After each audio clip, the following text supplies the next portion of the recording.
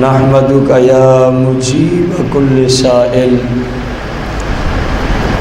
والصلاة والسلام علی سید الانبیاء والمرسلین وعلی آلہ واصحابہ وازواجہ وعلماء اہل السنت اجمعین، اما بعد فاعوذ باللہ من الشیطان الرجیم، بسم اللہ الرحمن الرحیم۔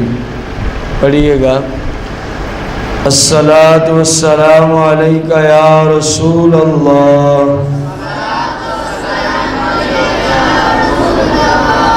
الصلاۃ والسلام علیک یا حبیب اللہ، الصلاۃ والسلام علیک یا شفیع المذنبین، الصلاۃ والسلام علیک یا رحمۃ للعالمین۔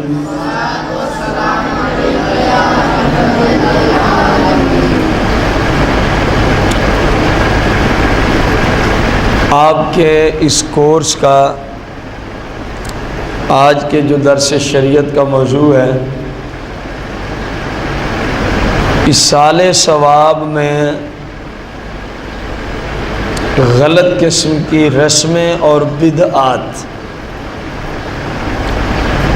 ایصال ثواب کے باب میں غلط قسم کی رسمیں اور بدعات سیئہ، خصوصاً میری معزز مائیں بہنیں غور سے آج کا درس سماعت فرمائیں۔ بدقسمتی سے لوگ ہمارے زمانے میں دین اسلام سے اتنا دور ہو گئے، بنیادی دین اسلام، بنیادی مسائل سے، کہ اس دین متین سے دوری کی وجہ سے جو کام اسلام نے ان کے ذمے نہیں لگائے تھے،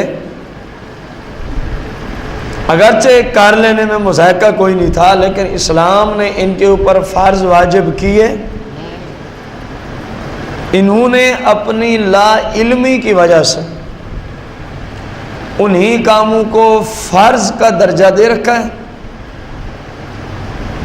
اور نہ جانے کیا کیا ایصال ثواب کے باب میں غلط قسم کی رسمیں یہ اپناتے ہیں، جن کا ذکر جتنی ہماری سمجھ میں ہے، جو کچھ ہمارے پاس سوالات اس باب میں لوگوں کے آئے، ہم وہ انشاءاللہ عرض کریں گے آگے چل کے۔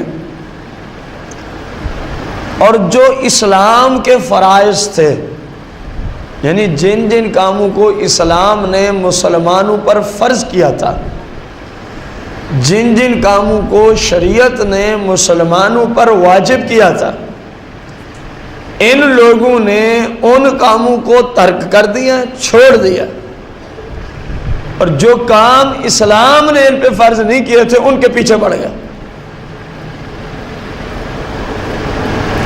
یہ بدقسمتی اس لیے ہے کہ لوگ دین کے علم سے دور ہوتے جا رہے ہیں، لوگوں کو دین کا علم سیکھنے کا شعور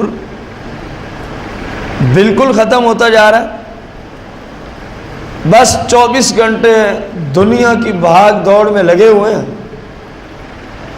جس طرح دنیا کی بھاگ دوڑ میں لگے ہوئے ہیں نا، اسی طرح یہ دنیا برباد ہو جائے گی، ان کو پتہ ہی نہیں چلے گا۔ جو حقیقی زندگی کو سنوارنے کے لیے چیز تھی وہ تھا اسلام، اس کے لیے کوشش کرنا اکثریت نے ترک کر دی ہے۔ اس کی ہمارے پاس بہت ساری مثالیں ہیں۔ بیٹی یا بیٹا اگر 5-10 ہزار روپے کا نقصان کریں جان بوجھ کر، تو گھر کا سربراہ یعنی والد، والدہ، بہن بھائی بڑے اس کو ڈانٹیں گے، گالیاں تک دیں گے، ماریں گے، پیٹیں گے، اور اگر اسی نے روزانہ کی 5 نمازیں قضا کر دی تو گھر کا کوئی بندہ اس کو اتنا بھی نہیں پوچھنے کو تیار کہ تو نے کیا اپنے ساتھ ظلم کیا۔ ان کے ہاں 5-10 ہزار روپے کی جو ویلیو رہ گئی ہے، اتنا ویلیو بھی اگر ان لوگوں کے ہاں 5 نمازوں کی ہوتی تو کم از کم جتنا 10,000 کا اولاد نقصان کرے یہ ڈانٹ ڈپٹ پلاتے ہیں، اتنا ہی نماز کے قضا پڑھنے پر ڈانٹ ڈپٹ پلاتے کہ نہ پلاتے۔ اور یہاں کیا ہے، کوئی نہیں پوچھے گا۔ پوچھے کون؟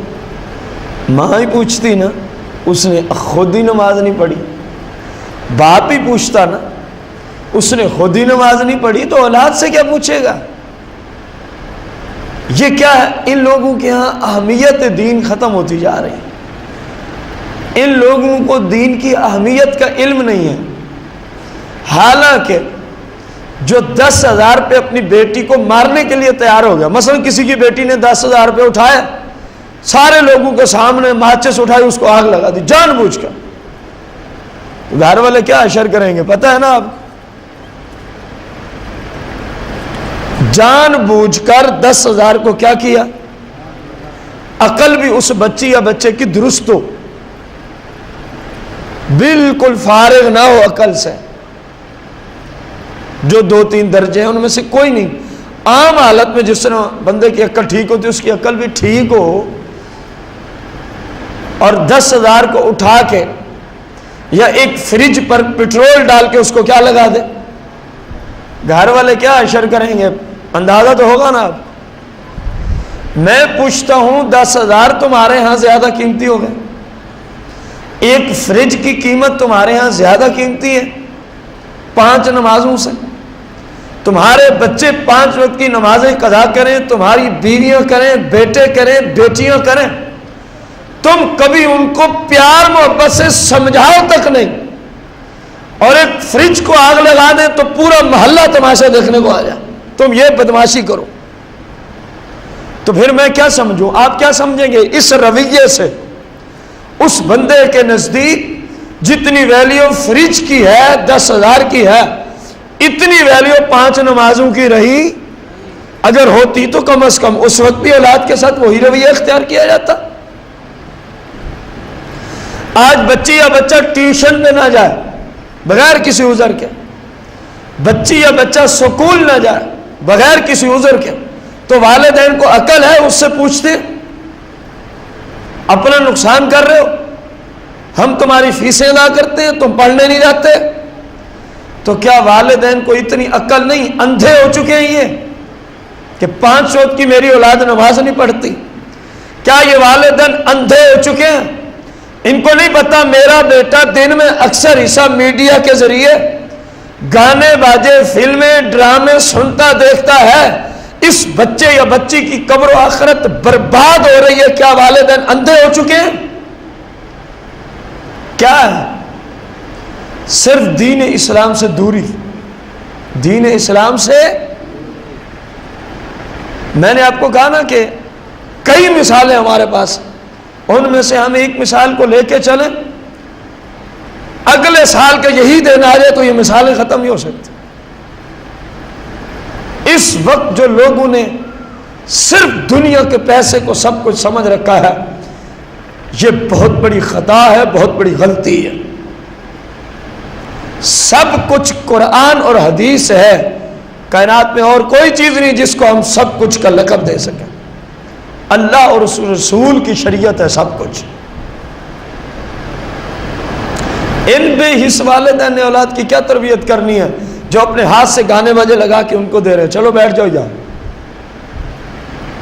سوچو تو صحیح، وہ کتنا ظالم ہے وہ ماں، کتنا بڑا ظالم ہے وہ شوہر، کتنا بڑا ظالم اور بے وقوف و احمق ہے وہ باپ جو اپنی اولاد کو خود فلمیں لگا کے دے رہا، اپنی بیوی کو خود ڈرامے گانے واجے لگا کے دے رہا۔ چلو یہاں بیٹھ جاؤ، اس سے بڑا کوئی احمق بے وقوف ملے گا؟ گانے باجے فلمیں ڈرامے لگا کے دینے کا کیا مطلب ہے؟ اپنی اولاد کو اٹھا کے دوزخ میں پھینک رہا ہے، اور کیا مطلب ہے اس کا؟ اسلام نے جو ان کو حرام کیا،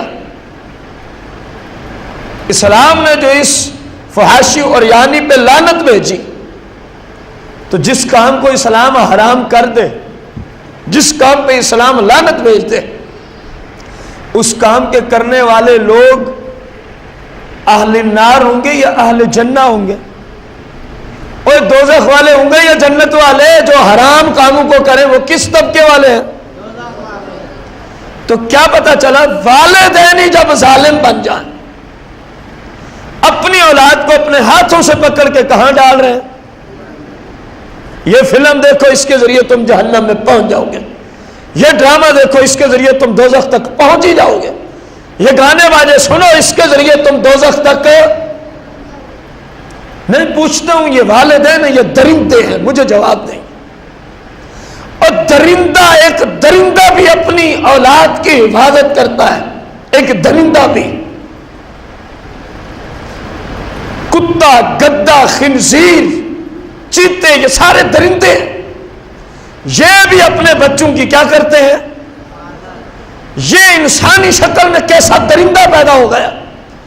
اپنے ہاتھوں سے وہ کام اولاد سے کروا رہے جن کی وجہ سے اللہ بھی ناراض، اللہ کا رسول بھی، اور اس کام کی وجہ سے یہ اس کی اولاد کہاں جائے گی؟ گو ہمارا یہ موضوع نہیں، یہ تو ہم اپنی بات کو سچ ثابت کرنے کے لیے ایک مثال سامنے رکھ رہے ہیں۔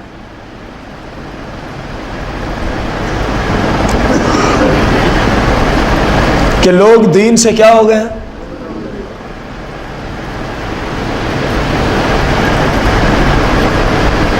کیا رونا روئیں؟